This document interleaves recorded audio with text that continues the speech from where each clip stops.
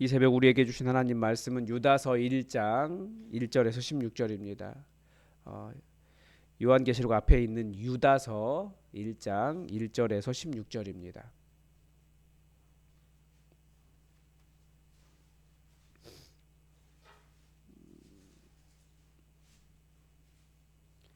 우리 유다서 1장 1절에서 16절까지 하나님의 말씀을 다 함께 받들어 읽겠습니다.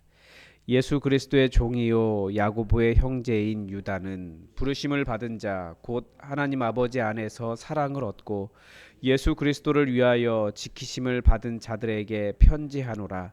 긍휼과 평강과 사랑이 너희에게 더욱 많을지어다. 사랑하는 자들아, 우리가 일반으로 받은 구원에 관하여 내가 너희에게 편지하려는 생각이 간절하던 차에 성도에게 단번에 주신 믿음의 도를 위하여 힘써 싸우라는 편지로 너희를 권하여야 할 필요를 느꼈노니 이는 가만히 들어온 사람 몇이 있음이라. 그들은 옛적부터 이 판결을 받기로 미리 기록된 자니 경건하지 아니하여 우리 하나님의 은혜를 도리어 방탕한 것으로 바꾸고 홀로 하나이신 주제 곧 우리 주 예수 그리스도를 부인하는 자니라. 너희가 본래 모든 사실을 알고 있으나 내가 너희로 다시 생각나게 하고자 하노라. 주께서 백성을 애굽에서 구원하여 내시고 후에 믿지 아니하는 자들을 멸하셨으며 또 자기 지위를 지키지 아니하고 자기 처소를 떠난 천사들을 큰 날의 심판까지 영원한 결박으로 흑암에 가두셨으며 소돔과 고모라와 그 이웃 도시들도 그들과 같은 행동으로 음란하며 다른 육체를 따라가다가 영원한 불의 형벌을 받음으로 거울이 되었느니라. 그러한데 꿈꾸는 이 사람들도 그와 같이 육체를 더럽히며 권위를 업신여기며 영광을 비방하는도다.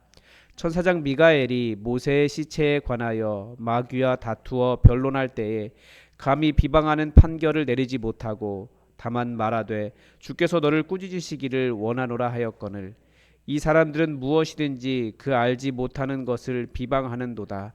또 그들은 이성 없는 짐승같이 본능으로 아는 그것으로 멸망하느니라. 화 있을진저 이 사람들이여 가인의 길에 행하였으며 삭슬 위하여 발람의 어그러진 길로 몰려갔으며 고라의 패역을 따라 멸망을 받았도다.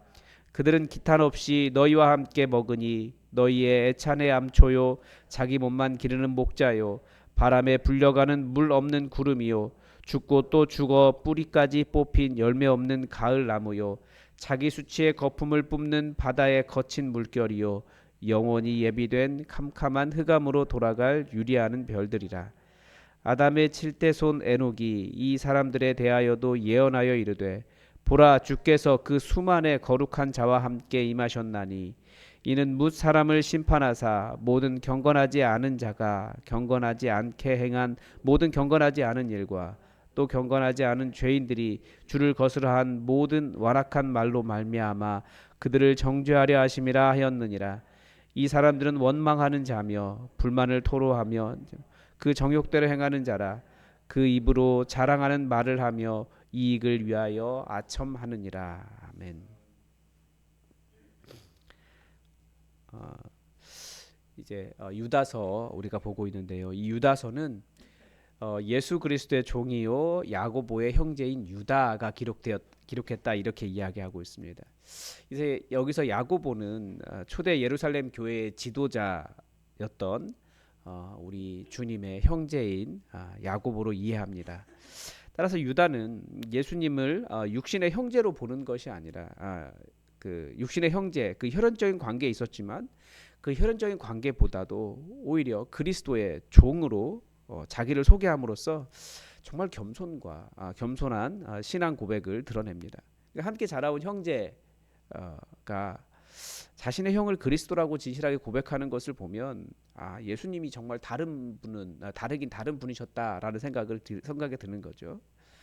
이 유다서가 기록된 이유를 생각해 보면 이 사도들이 점점 사라져가고 교회의 메시지, 그 예수 그리스도의 흔적의 그 선명성이 사라지던 시기입니다.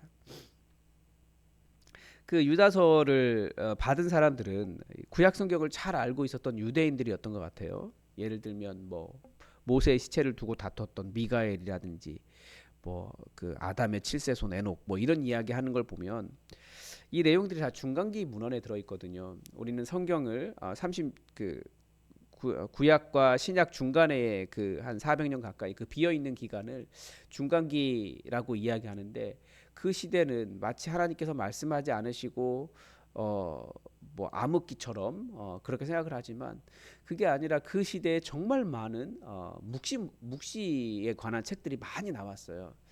그런데 인간이 다 이해하기가 어려울 정도로 난해합니다. 그리고 그냥 들으면 무슨 이게 소설도 아니고 뭐 이상한 얘기 있고 뭐 귀신 얘기 나오고 뭐 이러니까 그렇게 생각하지만 최소한 종교개혁 이전 시기까지 그 중간기 문헌은 어, 교회와 또 유대교 전체의 성경이었습니다. 우리가 인정을 해야 될 부분이 있는 거죠. 지금 우리 그 개혁교회가 그 중간기 문헌을 정경에 포함시키고 있지 않지만 어쨌든 우리 신약 성경의 배경에 그 중간기 문헌에 대한 내용들이 많이 들어 있습니다. 그러니까 이해되지 않는 일 중에 그런 그 중간기 문헌의 내용이 있죠. 그래서 그런 사실을 실제로 인정해야 됩니다. 예수님 말씀에도 그게 들어 있거든요. 이 유다서의 그 상황, 유다서를 기록해야 했던 상황, 그 교회의 선명성이 사라진다라고 하는 것이 무엇일까? 우리는 생각을 해봐야 됩니다. 이것은 우리 시대에도 명심해야 될 문제입니다. 교회의 선명한 메시지는 예수님이 누구신가에 대한 고백입니다. 그런 면에서 우리 시대의 메시지를 한번 돌아보게 되는 거죠.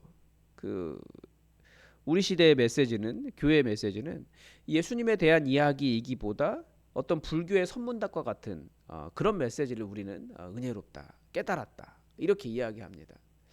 그러니까 유럽 교회가 망한 길이 바로 그것입니다. 예수님의 능력을 하나님으로부터 오는 능력이라고 생각하지 않고 이성적으로 생각해서 성경을 교훈적으로만 어떤 이념적으로 내지는 성경에서 어떤 그 캐리그마라고 이것을 꺼내 쓰기 위해서 그렇게 예수님을 바라보았을 때, 그러니까 하나님이신 예수님을 의지하는 마음이 결국 없어지고 기도도 하지 않게 되고 기도 자체가 아니라 하나님에 대한 기대가 없어지는 거예요. 그러다 보니까 결국 경외함을 가지고 하나님을 모시지 않으니까 교회가 힘을 잃어버릴 수밖에 없는 것인 거죠. 각 시대마다 그런데 이런 현상들은 각 시대마다 있어요. 예수님을 입에 담지만 예수님을 실제로 없애버리는 거죠. 그러니까 우리 시대에도 예수님을 없애고 있는 것이 있습니다. 그러니까 우리 시대는 뭐 평화, 교훈, 학문 같은 방식으로 우리는 예수님을 없애고 있어요. 계속해서 하나님께서 일하신다. 우리 예수님께서 여기서 역사하시고 일하신다. 우리의 주인이시다. 이런 메시지들이 점점 사라져가는 거죠. 순종할 필요가 없는 거예요. 사도 바울이 활동하던 시기에는 율법을 통해서 예수님을 지웠습니다. 지금 이 유다서의 상황은 그러면 어떤 상황으로 어떤 방식으로 예수님을 지웠는지 한번 보면 알 수 있습니다. 먼저 유다서를 기록한 목적에서 알 수 있는데 3절에 보면 원래 유다는 우리가 어떻게 구원을 받았는지 거기에 대해서 쓰려고 했다라고 이야기합니다. 좀 썰어치 제가 그랬으면 훨씬 더 지금 시대에 우리가 더 잘 알았을 텐데. 그런데 문제는 그들 가운데 들어온 몇 사람이 있었다라는 거예요. 그 사람들 때문에 내가 원래 구원에 관해서 어떻게 단번에 구원 받았는지 거기에 관해 쓰려고 했는데 그 몇 사람들 때문에 이 내용을 쓴다라는 거예요. 3절에 보면. 그런데 그래서 그 내용이 뭐냐면 믿음을 위하여 힘써 싸우라라는 거죠. 그러니까 믿음은 사실은 투쟁이 있어요. 왜냐하면 세상과 갈등하는 부분이 있기 때문에 내 안에 있는 여러 가지 욕망과 갈등하는 것이 있기 때문에 믿음은 싸워야 되는 문제가 있습니다. 투쟁해야 되는 것이. 그래서 믿음을 위하여 힘써 싸우라라고 하는 것과 거짓 교사들의 정체를 폭로하고 경고하기 위해서라는 거예요. 그 나머지 내용들은. 오늘 본문 안에 들어오니 가만히 들어와 있는 사람들을 거짓 교사라고 하진 않아요. 여기에서는. 그런데 베드로후서 2장에 나오는 거짓 교사들과 아주 유사하기 때문에 이 사람들을 일반적으로 거짓 교사라고 이야기합니다. 그런데 이 사람들의 특징이 있습니다. 첫 번째는 은혜를 방종함으로 해서 그래요. 그러니까 자기 마음대로 해도 된다라는 것으로. 또 예수 그리스도의 주님 되심을 거부합니다. 또 영적인 권위를 멸시하고 교만한 태도를 가지고 있습니다. 그리고 공동체 안에서 사랑의 식탁, 이것을 더럽히는 사람들입니다. 그러니까 사랑의 교제를 관계를 자꾸 깨는 거죠. 이들의 심각했던 문제의 이유는 이들이 로마의 정부, 그러니까 교회를 핍박하고 교회를 안 되게 하려고 했던 로마의 정부나 로마 정부나 이방인들이 아니라 교회 안에 들어와 교회의 메시지에 영향을 줄 수 있는 그런 위치에 있는 자들이었다라는 거예요. 유다는 이런 자들에게 하나님의 심판이 반드시 있을 것이라고 막 여러 가지 말로 표현하면서 아주 심각하게 정말 쌍욕만 안 했지 할 욕은 다 한 거예요. 진짜 나쁜 놈들이라고. 왜냐하면 예수 그리스도를 없애버리려고 하고 예수 그리스도 없어도 되는 조직을 만들려고 하는 거예요. 영적인 권위를 무시하고 사랑을 자꾸 분열하게 하고 그래서 이 중에서 우리 은혜를 방종함으로 해석하는 그 문제, 왜곡하는 것, 은혜를 자기 마음대로 자유로 해석하는 것을, 왜곡하는 것을 한번 생각해 볼 필요가 있습니다. 복음은 항상 한쪽으로는 율법주의와 한쪽으로는 이 자기 마음대로 하고 살려는 상황 가운데 껴 있습니다. 복음은. 왜냐하면 은혜라고 하는 것, 예수님께서 우리의 모든 죄를 십자가에서 해결하셨기 때문에 이제 우리가 구원받은 자유자가 되었다라고 선언하는데, 이것이 은혜인데, 이 복음인데, 이 은혜를 사람들이 그러면 어떤 식으로 해석하냐면 이제 내 마음대로 살아도 되겠네 라고 해석한다라는 거예요. 자유를 주장을 해요. 이 미국의 그리스도인들을 보면 잘 알 수 있습니다. 그 사람들은 정말 하나님의 뜻과는 관계없이 자기 마음대로 해요. 성적으로도 아주 마음대로 살고 자유분방합니다. 그러면서도 하나님은 자기들을 사랑하신다라고 말합니다. 맞습니다. 우리 하나님은 사랑하십니다. 너무나 사랑하십니다. 그래서 우리를 아들 예수 그리스도, 예수님에게, 하나님의 아들 예수님에게 모든 우리의 죄의 값을 치르도록 하셨습니다. 그런데 예수님께서 그 귀한 보배 피를 흘리시고 그 값을 치르신 이유는 이제는 그렇게 살지 말라고 불러주신 것인데, 이제 예수님께서 다 모든 값을 치르셨으니 나는 구원받았다, 나는 내 구원은 흔들리지 않는다, 그렇기 때문에 더 마음대로 사는 거예요. 마음대로 하고도 죄를 짓고도 경계도 없고 후회도 없고 하나님께 죄송함도 없고 여전히 죄 지으면서 그걸 죄라고 이야기하지 않고 자신을 정당화하고 하나님 나를 사랑하신다, 예수 사랑하심은, 그것만 이야기하는 거예요. 그게 예수 그리스도의 은혜를 자기의 방종함으로 사는 거예요.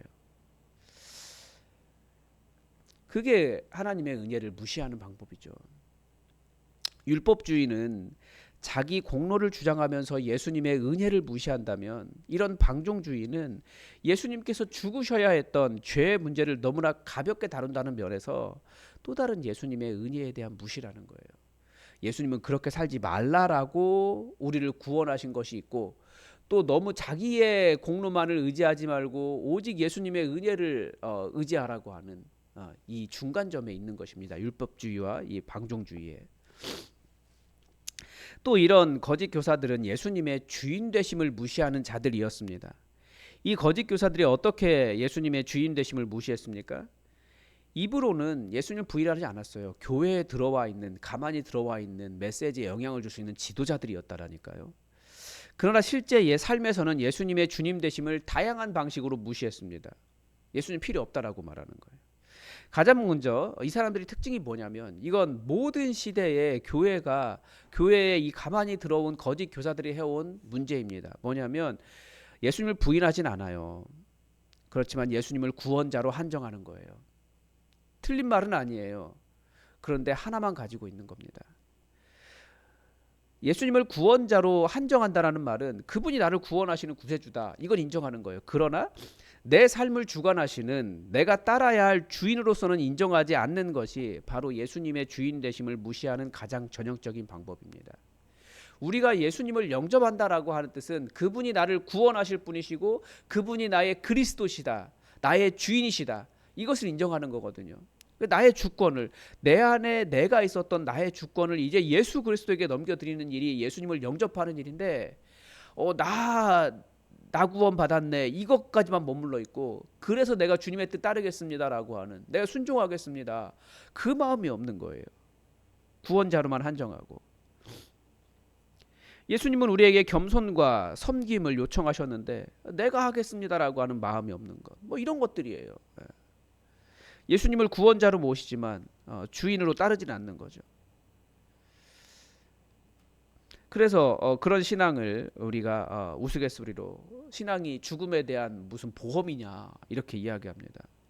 신앙을 죽음에 대한 보험으로 정도만 생각하고 인생은 내 마음대로 이렇게 사는 거예요.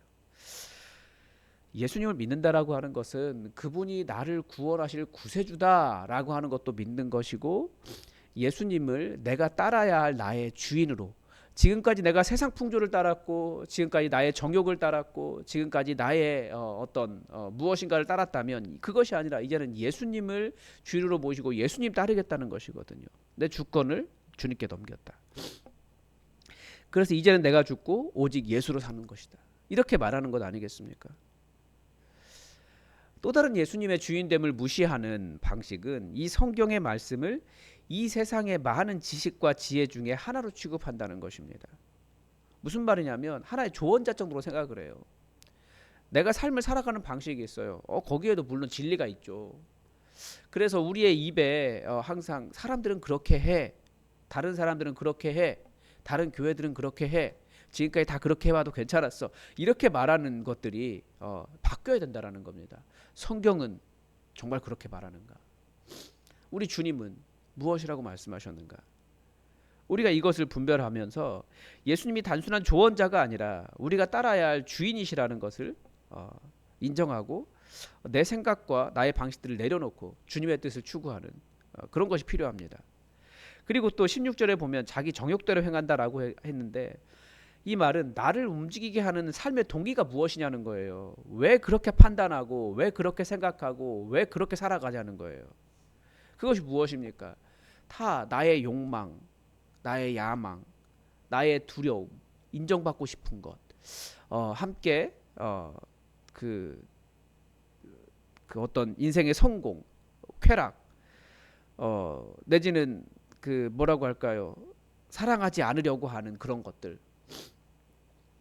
나 자신이 나의 통치자인 거예요. 예수님이 나의 주인이 아닌 거죠. 우리 주님은 우리에게 무엇을 명령하셨습니까? 교회의 메시지가 선명했던 이유는 그러함에도 불구하고 사랑하는 것입니다. 사랑의 식탁을 어지럽혔다라고 되어 있는데,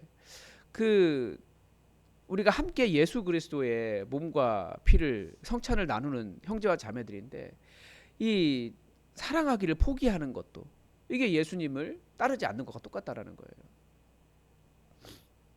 우리는 나의 자존심이나 나의 생각 때문에 사실 사랑하기를 포기해요. 그 사람 필요 없다, 이렇게 끊어버리는 거죠.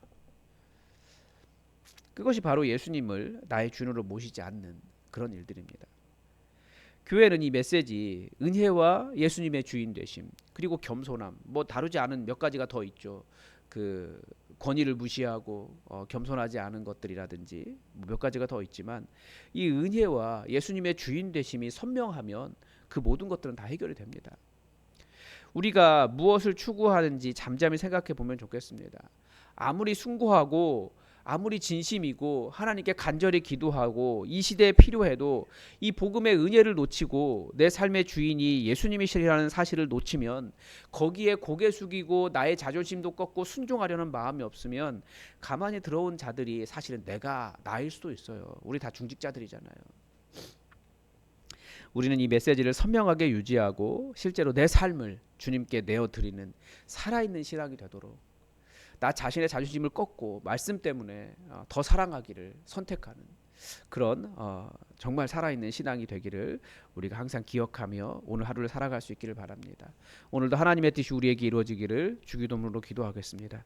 하늘에 계신 우리 아버지, 아버지의 이름을 거룩하게 하시며 아버지의 나라가 오게 하시며 아버지의 뜻이 하늘에서와 같이 땅에서도 이루어지게 하소서. 오늘 우리에게 일용할 양식을 주시고 우리가 우리에게 잘못한 사람을 용서하여 준 것 같이 우리 죄를 용서하여 주시고 우리를 시험에 빠지지 않게 하시고 악에서 구하소서. 나라와 권능과 영광이 영원히 아버지의 것입니다. 아멘. 여러분 이번 주에 있을 임직 예식을 위해서 기도해 주시고 우리 교회 안전하고 평안할 수 있도록 여러분 기도해 주시기 바랍니다. 오직 하나님의 평강이 하나님의 선하신 인도하심이 우리 교회에 가득하도록 여러분 기도해 주시기 바랍니다. 우리 다 함께 기도하겠습니다.